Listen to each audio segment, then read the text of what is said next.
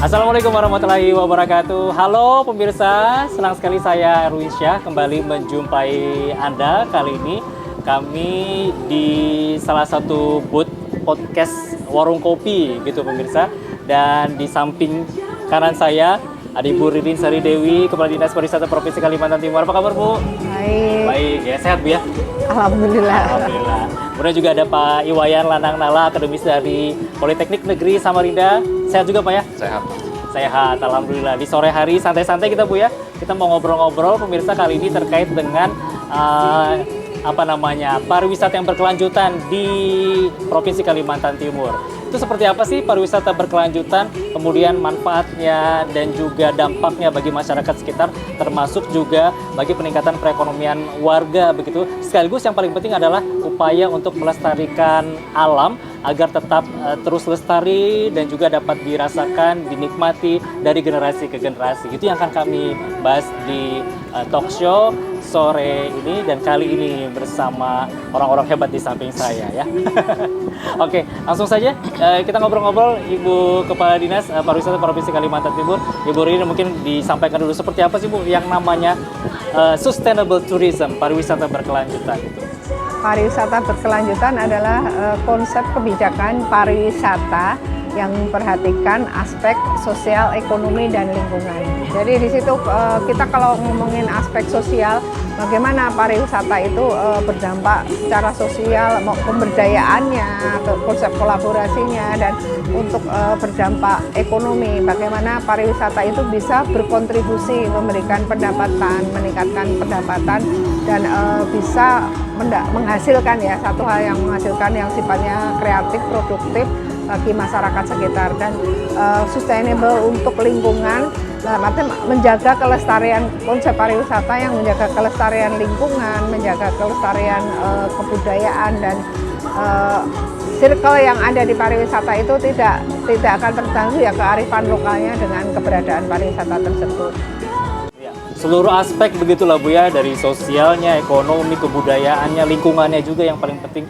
Ini itu yang menjadi fokus utama dari sustainable tourism begitu Bu ya. Kalau dilihat sejauh ini perkembangannya seperti apa di Kalimantan Timur, dan mungkin juga ada destinasi atau lokasi-lokasinya khusus begitu Bu di Kaltim ini yang sudah boleh dikatakan ini termasuk dari sustainable tourism Bu?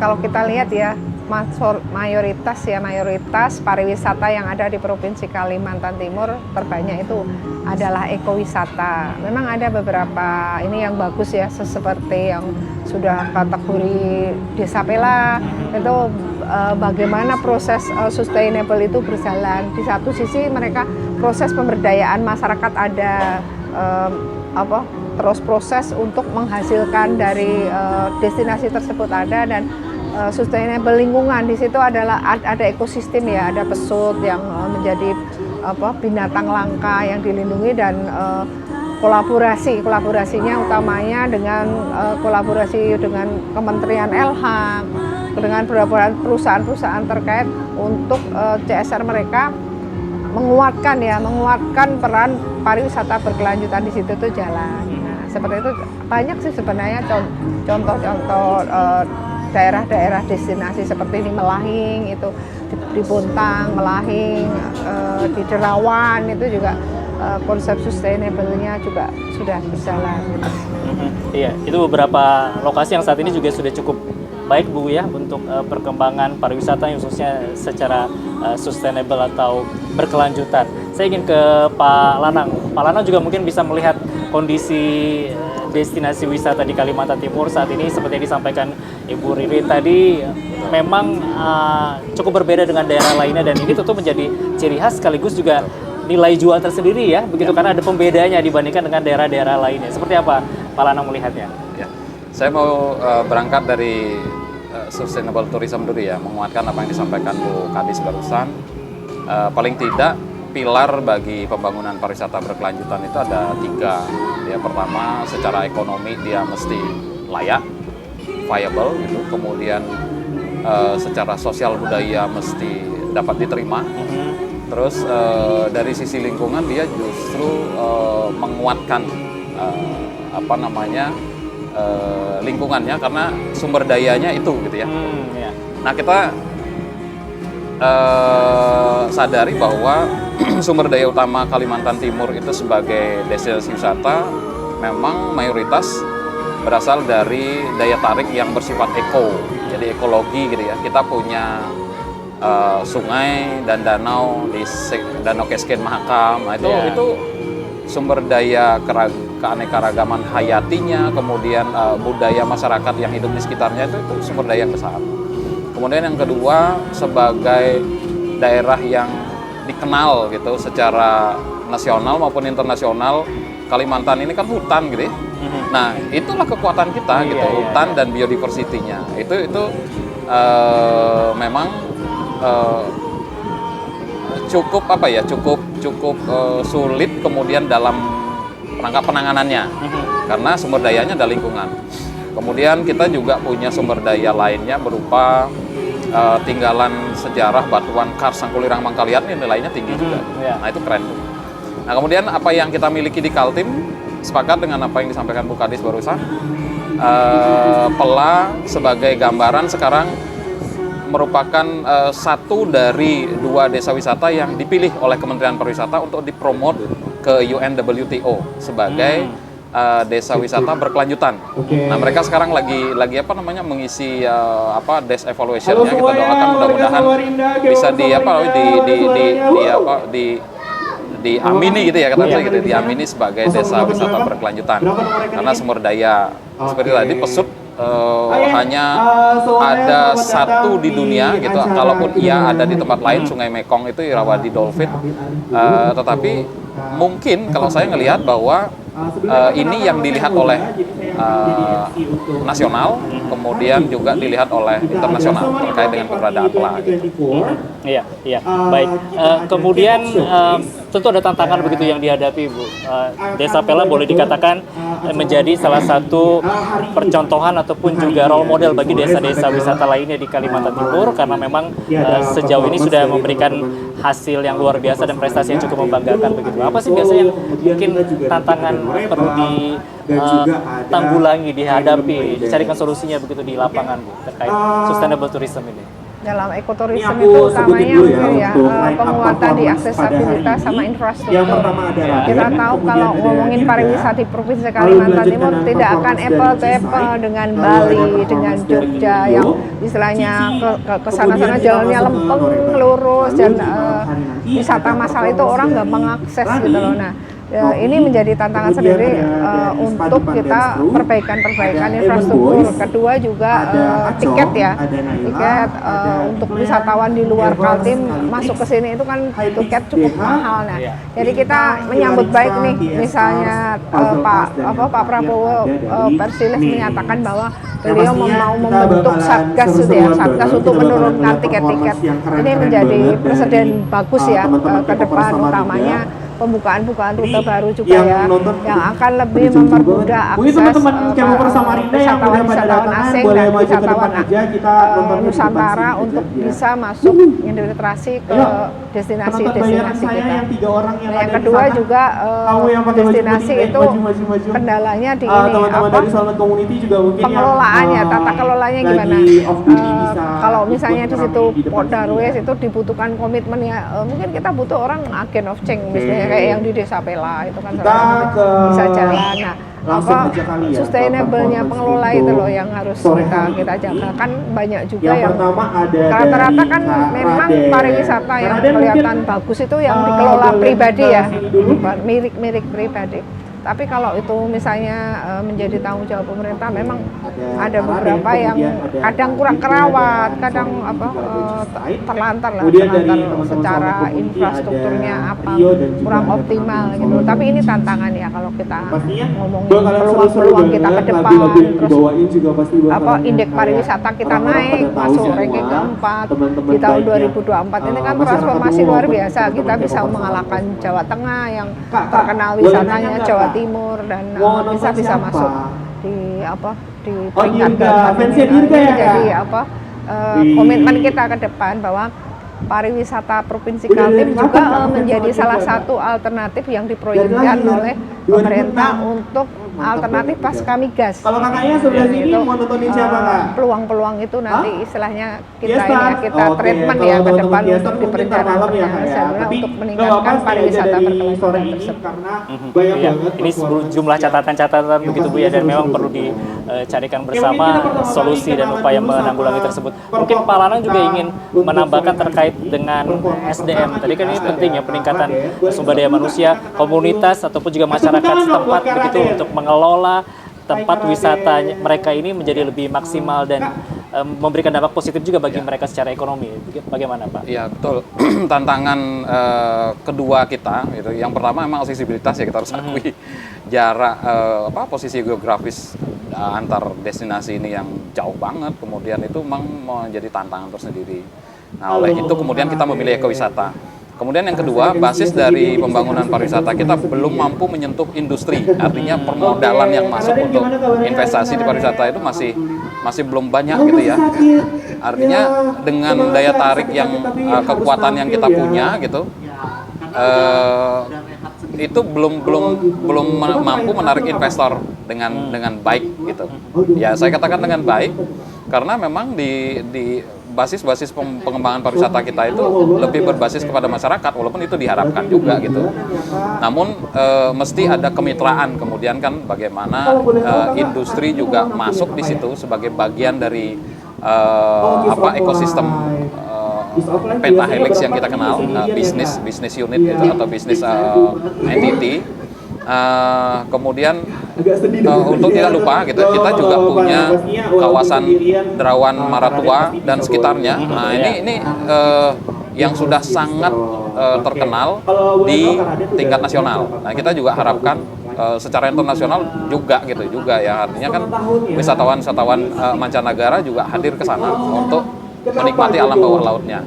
Nah ini model pengelolaan yang cukup bagus yang sekarang dirintis Dinas Pariwisata Bu ya, bagaimana keberadaan Pulau Kakaban dengan biodiversity stingless jellyfish itu kan nilai biodiversity-nya sangat langka gitu ya. Ini sumber daya yang besar buat kita dan kemudian harus dikelola dengan baik. Model pengelolaannya sedang dirancang oleh Dinas Pariwisata Provinsi Kalimantan Timur. Kita berharap ini juga menjadi satu model pembangunan pariwisata yang berkelanjutan. Tidak hanya masyarakat, kita berharap juga, kalau saya berharap juga sisi bisnis bisa berperan dengan proporsional gitu, tidak hanya bermain pada sisi profit saja, tetapi juga ingat bahwa sumber daya lingkungan itu adalah sumber daya utamanya untuk pembangunan pariwisata. Saya pikir sebelum kita lupa bahwa kita punya itu, Derawan Maratua dan sekitarnya. Keren. Iya. Ini semakin seru obrolan kita dan kopinya sudah disiapkan, baru kita icip-icip Bu ya. Nanti keburu dingin ini. Iya. Oke, ini sudah disiapkan langsung sama podcast Warung Kopi. Betul. Ibu Rudin suka ngopi? Suka Bu ya? Iya. Pak Wayan juga Pak? Everyday ngopi. Wah, Everyday ngopi. Nggak tanpa kopi begitu ya, nggak bisa iya. melek tanpa kopi. Oke, kita lanjutkan lagi. Ini terkait dengan kelompok sadar wisata begitu Bu ya. Ini masyarakat setempat, generasi muda khususnya yang menggiatkan sektor pariwisata di tempat mereka tinggal, khususnya yang bersentuhan langsung dengan sustainable tourism tadi. Apa yang terus dilakukan sejauh ini Bu dalam rangka meningkatkan kapasitas para pelaku Pokdarwis di Kalimantan Timur? Pokdarwis kita sampai sekarang khususnya ada 155, tapi setiap tahun itu bertambah ya. Demikian juga desa wisata kita ada 113 dan ada 56 itu kategori desa wisata maju ya. Nah ini menjadi tantangan ya kalau kita ngomongin konsep pariwisata berbasis kerakyatan tadi, ya itu tadi kita harus melakukan penguatan utamanya ke teman-teman itu tata kelolanya ya, suprastruktur, tata kelola, bahwa segala hal itu harus ada pondasi dasar regulasinya tentang keberadaan mereka, terus pembinaan SDM-nya, pengelolaan, terus penguatan teamwork. Kadang sebuah desa wisata atau Pokdarwis itu maju, tapi karena dia ketergantungan sama satu orang tokoh, ketuanya, tapi ketuanya misalnya keluar atau resign dari Pokdarwis tersebut, kadang tidak jalan. Nah demikian juga untuk mengelola desa wisata hal yang sama. Jadi dibutuhkan ini ya treatment dogma ya. Ini loh setelah misalnya di organisasi ada yang ini harus ada yang gantiin gitu loh. Dan itu tantangannya di situ, apalagi kalau sebuah Podarwis sudah menghasilkan uang ya, udah misalnya bagus maju itu. Mana fans yang hadir ke mana tadi? Biasanya ya itu kendalanya ya, kadang dinamikanya seperti itu, tapi rata-rata ya bagus-bagus aja sih yang ada. Meskipun ya itu tadi dinamika di lapangan ada yang seperti itu, dan itu tidak mudah menjaga kesustainable mereka. Mereka sudah misalnya sudah maju. Nah, maju itu gimana? Improve lagi ke mandiri. Nah, sampai sekarang untuk di Provinsi Kaltim belum ada tuh desa wisata yang mandiri. Jadi masih di posisi maju ya, yang ada rintisan, berkembang dan maju. Nah, belum sampai mandirinya belum ada sampai sekarang. Kalau mandiri itu kan harus go internasional. Misalnya kayak Langgeran, terus di Bali itu Panglipuran, harus sekelas seperti itu. Bagaimana mereka pintar memanfaatkan peluang paket-paket itu sudah go internasional, terus memadukan paket-paket wisata itu sedemikian rupa sudah sudah pintar, baik itu platform digital ataupun sudah settle lah untuk pengunjung.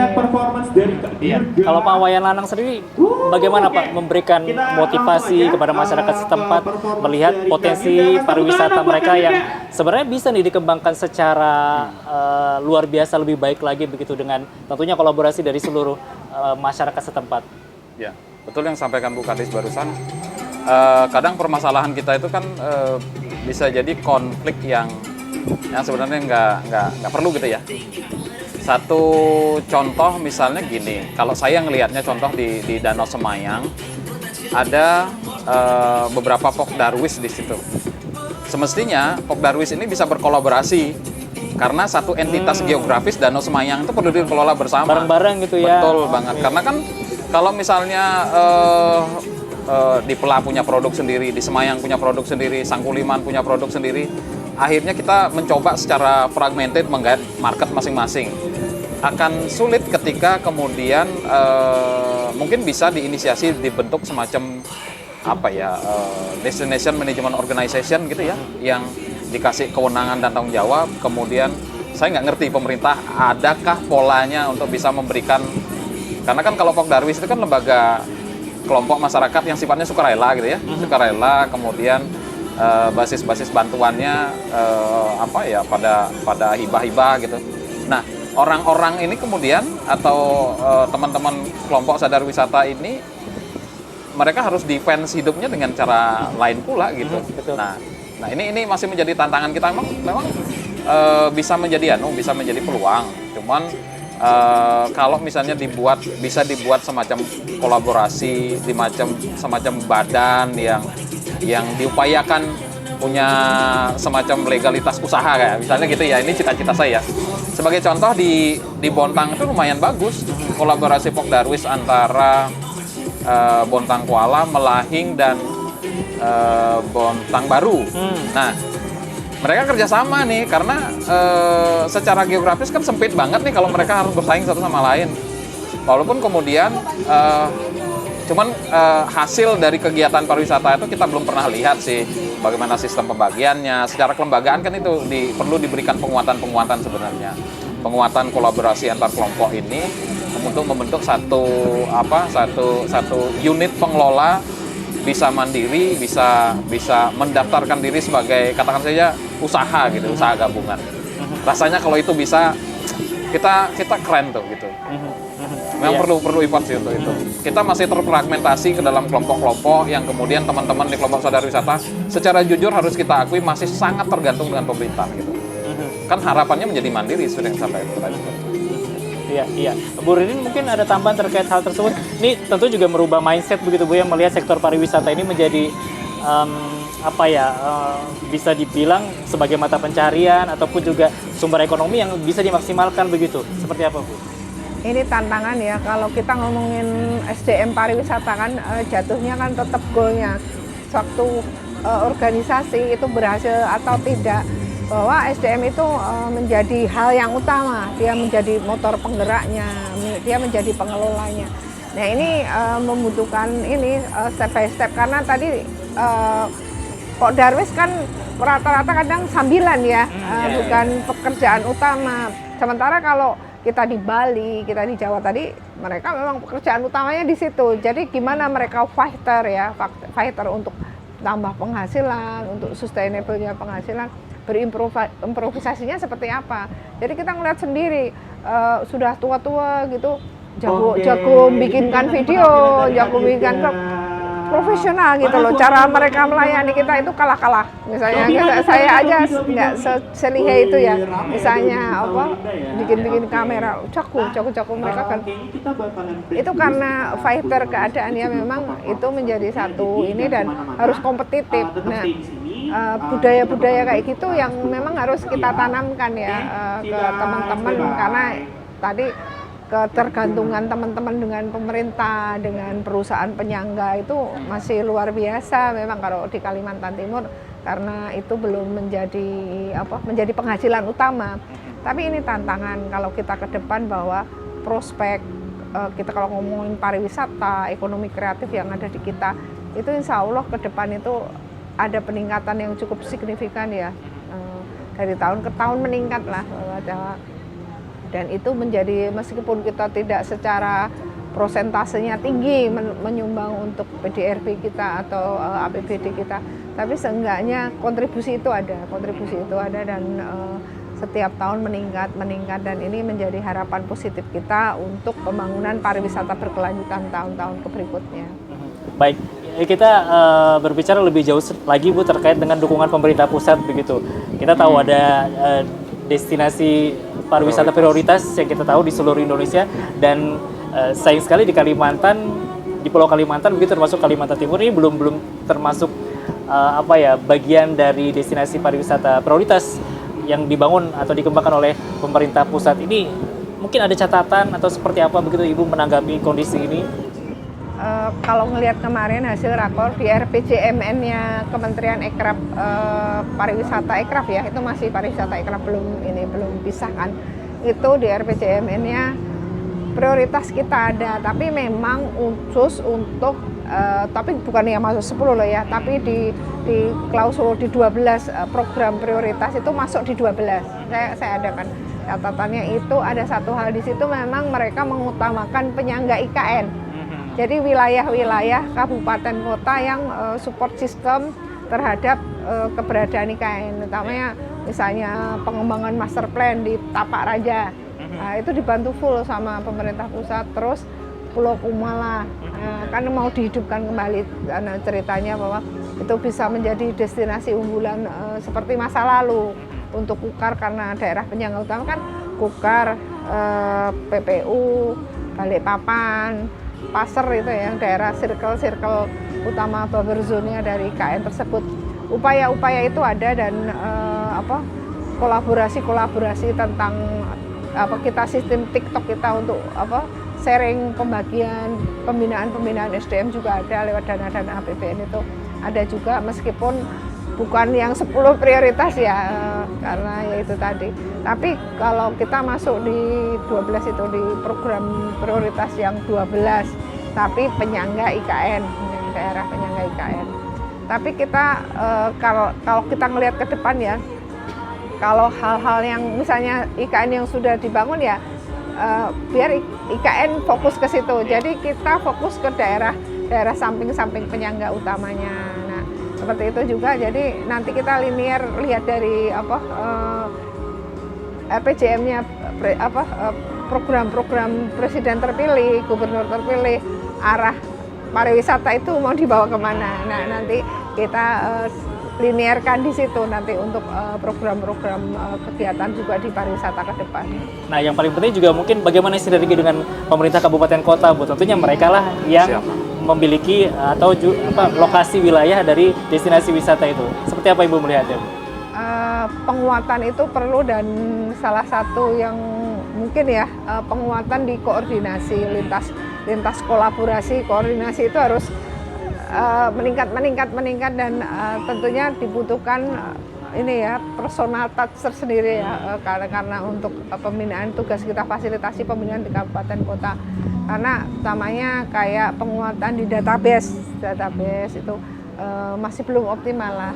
Terus kedua sinergi program, itu juga masih ada beberapa program kadang beririsan program itu, kegiatan-kegiatan tersebut masih ada ini nggarap kemana, nah masihlah kendala-kendala seperti itu ada, tapi ya kita harap ada perbaikan lah, utama untuk koordinasi karena tadi kayak penguatan data digitalisasi itu kan untuk perencanaan juga harus linear kan dengan program kegiatan kita ke depan. Ya. Pak Wayan mungkin juga ada tambahan pendapat terkait hal tersebut, koordinasi dengan pemerintah kabupaten kota, kemudian juga dukungan dari pemerintah pusat ini tentu kita harapkan juga bisa lebih maksimal terhadap pariwisata Kalimantan Timur ya. Ya, kita patut bersyukur ya. Mudah-mudahan juga pembangunan IKN ini menjadi sesuatu yang terus berlanjut gitu ya. Kalau tidak salah sampai dengan saat ini tim ahli dari otorita IKN itu sedang merancang, entah sudah selesai atau belum, super hub ekonomi pariwisata di tahap 2 gitu. Tahap 2. Pada itu kebetulan saya hadir untuk memberikan dalam FGD-nya yang kedua itu hadir. Kemudian tim juga menanyakan keberadaan Danau Semayang. Secara geografis ini gimana gitu. Saya sampaikan Danau Semayang, pengalaman saya perjalanan dari Samarinda ke Danau Semayang itu 3 jam. Saya pikir kalau misalnya keberadaan IKN terkait dengan Danau Semayang masih layak dari sisi jarak tempuh selama 3 jam. Artinya ketika kegiatan kegiatan utama selesai di IKN, maka salah satu tempat untuk melakukan pelepasan dari kegiatan utamanya itu adalah mungkin ke Danau Semayang itu. Kalau saya sih melihatnya itu ya, melihat itu dengan baik. Artinya kita berharap bahwa pemerintah pusat juga menaruh perhatian dengan keberadaan danau-danau kita, karena di dalam salah satu program strategis nasional pemulihan danau itu kan jadi program pusat juga gitu. Nah, beririsan dengan itu kita berharap pemulihan danau sekaligus salah satu fungsinya sebagai kawasan pariwisata juga dibangun gitu, sehingga kemudian itu menjadi jembatan kalau memang secara mandiri industri kita masih belum bisa bergerak gitu ya. Pemerintah pusat cukup mampu untuk mengintervensi itu gitu melalui keberadaan IKN. Saya rasa gitu yang menjadi menjadi harapan kita lah untuk Iya. Ini menarik, artinya kalau bisa terrealisasi begitu ya Bu Ririn, dan sekali lagi berbicara pariwisata butuh yang namanya kolaborasi, sinergi seluruh pihak termasuk juga masyarakat setempat. Seperti itu. Apa yang kemudian ingin Bu Ririn sampaikan kembali terkait dengan upaya kita meningkatkan pariwisata, khususnya pariwisata yang berkelanjutan ini, Bu? Nah, kita penguatan juga di pemasaran, di bidang pemasaran untuk melakukan publikasi lebih masif lagi ya. Terus kedua, kolaborasi dengan teman-teman mitra travel, paket-paket apa sih yang bisa ditawarkan alternatif, kan kalau lagi booming sekarang paket wisata IKN ya. Nah, ini bagaimana itu berkontribusi Bu di 2024 lebih banyak wisatawan ya IKN paketnya. Tiap hari 300 Iya. tinggal mengalihkan aja. Dan itu pasti 300 itu terpenuhi 300 itu. Nah, itu bagaimana membaca peluang teman-teman travel dan pemandu wisata. Ini loh, paket ini selain kita ngomong IKN itu ada paket yang daerah-daerah area depan yang cukup khas dan berkesan. Setelah di sini bisa tuh ke Mentawai, bisa tuh ke Nipah. Jadi nggak cuma ngelihat IKN aja, mereka jadi wisatawan itu tidak rugi. Misalnya dia sekali jalan, dia itu mendapatkan beberapa destinasi dan secara finansial itu kan, kemudian dia nggak sudah misalnya paketnya apa. Nah, ini juga peluang-peluang seperti itu perlu ditingkatkan ya. Terus tabletop meeting. Nah, kayak rencana misalnya dari bidang pemasaran nanti kerjasama dengan travel luar negeri. Nah, ini menjadi peluang yang insya Allah akan dilaksanakan di Maratua. Itu juga salah satu infiltrasi penguatan kerjasama kolaborasi untuk pemasarannya pariwisata Kaltim. Ya, promosi pun juga harus ada inovasinya begitu Bu ya, dan itu terus dilakukan oleh Dinas Pariwisata. Baik, ini waktu kita terbatas, sayang sekali. Mungkin terakhir Pak Wayan Lanang yang ingin disampaikan sebagai closing statement dari perbincangan kita ini, memberikan kesimpulan apa Pak? Pariwisata berkelanjutan yaitu tadi bahwa dari sisi ekonomi dia harus layak gitu ya, layak, kemudian menghasilkan profit, karena kalau nggak menghasilkan profit maka kemudian orang step back untuk kegiatan pariwisata. Itu yang paling penting ya. Itu yang paling penting ya. Profit, ya. Tapi bukan semata-mata itu juga, kemudian apapun akan kita lakukan dalam rangka mendapatkan profit itu termasuk mengorbankan lingkungan gitu ya kan. Nah, yang barangkali bisa kita ambil contoh pada waktu tahun kemarin itu kita hampir kehilangan dan terancam kakaban kita gitu. Itu karena barangkali kita melihatnya hanya dari sisi itu aja, sehingga itu pun dalam jumlah gitu, bukan harga. Mestinya kan pariwisata di situ dengan sumber daya yang sangat berkualitas, maka aktivitas pariwisatanya mesti berkualitas. Berkualitas dalam arti wisatawan mesti berani membayar mahal begitu. Gitu. Nah, indikator dari keberlanjutan itu salah satunya mungkin itu ketika jumlah wisatawannya tidak perlu banyak-banyak, tapi harga produknya tetap bisa affordable gitu. Nah, sebagai contoh misalnya kenapa Great Barrier Reef di Australia itu sebagai contoh gitu. Itu kemampuan mereka mengelola sumber daya alamnya yang harus tetap dilestarikan sehingga wisatawan mau ngantri untuk untuk ngelihat itu gitu. Nah, kalau kita kan masih open nih, datang aja ke sini rame-rame pokoknya gitu. Itu prinsip yang dari sisi sustainability masih belum cukup ideal. Gitu. Baik. Ya, Bu Ririn terakhir yang ingin disampaikan? Tentunya kerjasama pentahelik, heksahelik itu dilakukan utamanya dalam penguatan pariwisata berkelanjutan. Bagaimana peran masyarakat, peran pemerintah, swasta, perusahaan, perbankan untuk sama-sama menjaga konsep sustainable ecotourism. Ya, dengan belajar dari daerah lain juga tidak menutup kemungkinan begitu Bu ya. Salah satunya kan studi tiru, apa yang bisa transfer ke knowledge, tapi membrainwash itu harus ini ya, harus butuh space waktu ya. Nah, maka investasi SDM kalau di pendidikan. Pola pikir itu tidak sama. Tidak instan juga begitu. Tidak instan. Betul. Oke, Pak Wayan Lanang Nala, terima kasih banyak atas waktunya. Bu Ririn Sari Dewi juga terima kasih banyak Bu. Sukses terus. Tentu kita obrolan kita nggak sampai di sini begitu Bu ya. Ada upaya ke depan untuk memajukan pariwisata Kalimantan Timur, kerjasama semua pihak, kolaborasi semua pihak begitu ya, agar apa yang kita cita-citakan bersama untuk mencapai pariwisata berkelanjutan yang lebih baik ke depan bisa terwujud di Provinsi Kalimantan Timur. Kita akhiri dulu talk show East Kalimantan Sustainable Tourism kali ini pemirsa, dan salam sehat selalu, maju terus pariwisata Indonesia, salam pariwisata wonderful Indonesia. Sampai jumpa.